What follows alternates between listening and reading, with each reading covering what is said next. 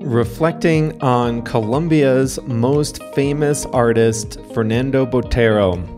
Hi there, everyone. I'm Jeff, and this is Plain English, where we help you upgrade your English with current events and trending topics.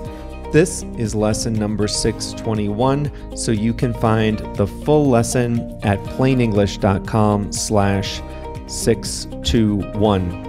On today's story, Fernando Botero was Colombia's most famous artist. His paintings and sculptures featured oversized characters. He died last month, so today we'll take a look at his life and work. In the second half of today's lesson, I'll show you how to use the English expression call attention to, and we have a song of the week. Let's get going.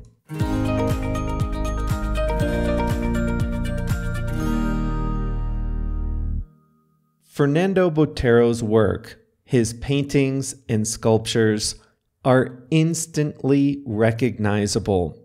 They portray people high and low through an enlarged prism.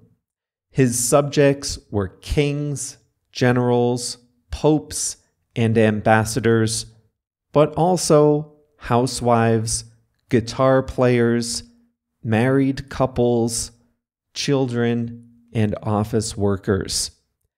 His subjects were plump, voluptuous, rotund, portly. I'll just say the simple word for it. They were fat, but they were not undignified. He didn't paint generals, archbishops, even once Pablo Escobar. He didn't exaggerate their proportions to parody them or to make them seem unserious.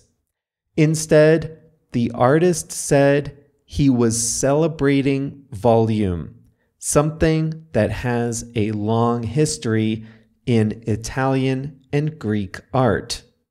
He once famously said, "I don't paint fat people." Instead, he said, "What I paint is volume." By giving everyone large dimensions, he could call attention to specific features, even facial expressions. In one painting called Card Players, a man at a card table looks with astonishment and bewilderment at one of the other players at the table. His eyes tell a story that wouldn't be possible on a normal-sized face. The Street from 1979 shows a man stretching the fabric of his brown suit, but he has a comically skinny tie and a pencil-thin mustache. Dancers at the Bar from 2001 shows a ballet dancer with enormous thighs and small round kneecaps, almost buried in flesh. Man on Horseback, a sculpture, and a painting by a similar name show a rotund man sitting on top of a horse, but the man is almost as big as the horse. People are Botero's most famous subjects, but even inanimate objects didn't escape the Botero treatment. He painted guitars, cocktail glasses, cars, houses, and tables. Living things like animals also feature in his paintings. Watermelons, birds, even trees are all depicted in his famous rotund style.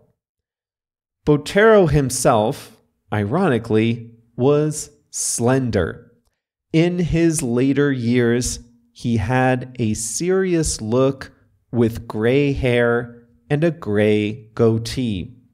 He is Colombia's most famous artist, but he spent most of his time in Europe. He died in Monaco in late September at age 91. He had been working right up until the end. His artistic career spanned more than 50 years.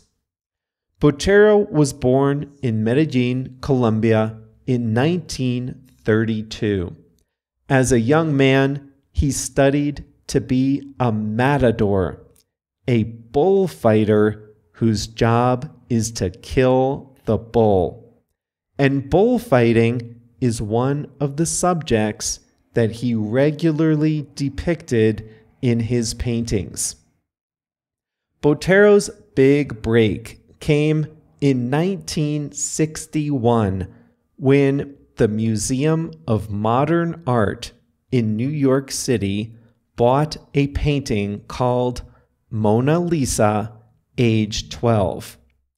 The painting depicted the Mona Lisa in his signature plump style. Her eyes, looking to her left, are extra large.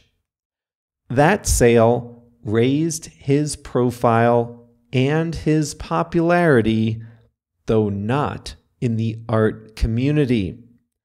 The most critically acclaimed style in the 1960s in New York and Europe was abstract expressionism. That style depicts movement and energy, but in a way that's abstract. It's not recognizable as anything real.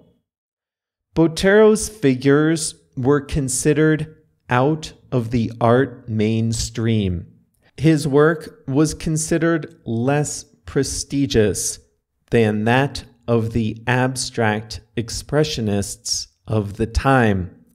And many artists are expected to evolve, to change their styles over the years. Botero never did, and that's another way he didn't fit in with the art establishment.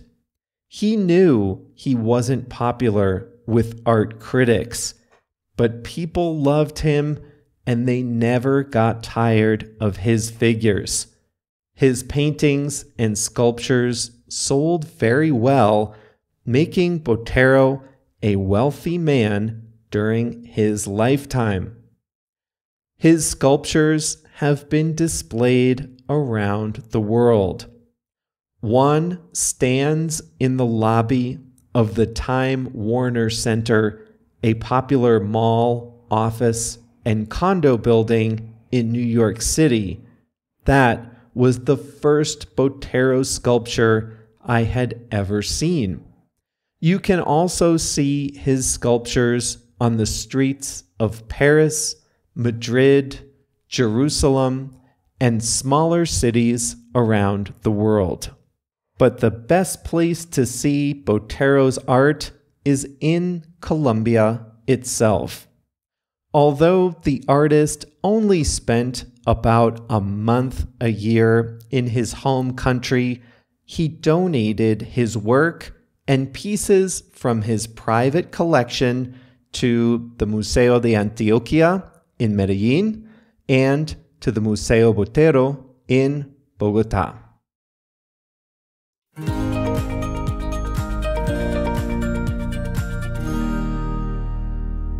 I have been to both of those museums. They are both excellent. There are many great things to do and see in Colombia, but these two museums alone are worth a trip. The Botero Museum in Bogotá was, I think, my favorite thing in the country. You just never get tired of looking at the figures enjoying their expressions, imagining their lives. Every character is plump, fat. And so in that sense, everyone is equal.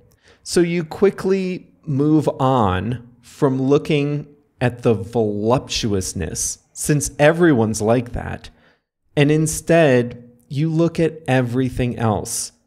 Facial expressions, positioning in the room, clothes, posture, relationships.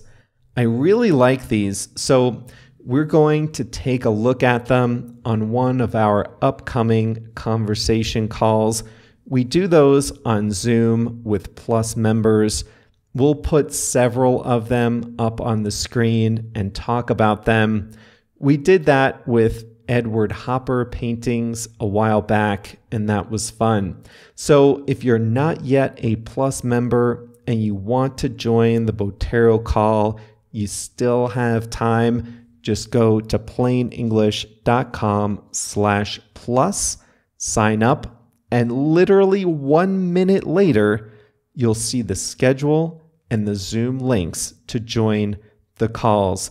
plainenglish.com/plus.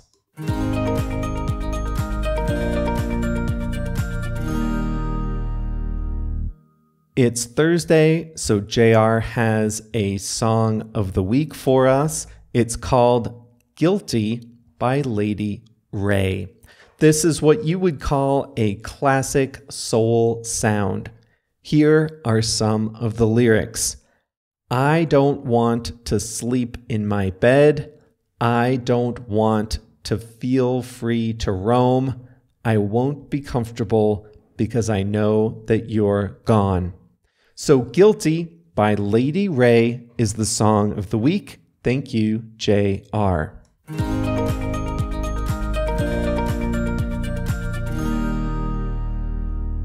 Call attention to is the expression I want to show you today. It means exactly what you think it means. To do something that causes people to pay attention to something. For example, you might say something like this. The documentary calls attention to the environmental dangers of deforestation. That means the documentary grabs people's attention and causes people to pay attention to its subject, the environmental dangers of deforestation. And that's an example of calling attention to an issue. People might not have known about it before, but now they do. The documentary raised the issue. People's attention was directed to the issue. The documentary calls attention to the environmental dangers of deforestation. That's probably the simplest way to use it. The way I used it in today's story was just a little different. You'll remember we were talking about Fernando Botero, the Colombian artist, and all his figures were oversized, voluminous people. And I said that by making his subjects so large, he can call attention to specific features. That means just by the way he paints, he can make sure that his audience's attention goes to certain things. For example, if an artist paints a woman's face in exactly the right proportions, it's hard to call attention to the woman's eyes, for example. If a painter is true to reality, there's only so much he can do to call someone's attention to a character's eyes.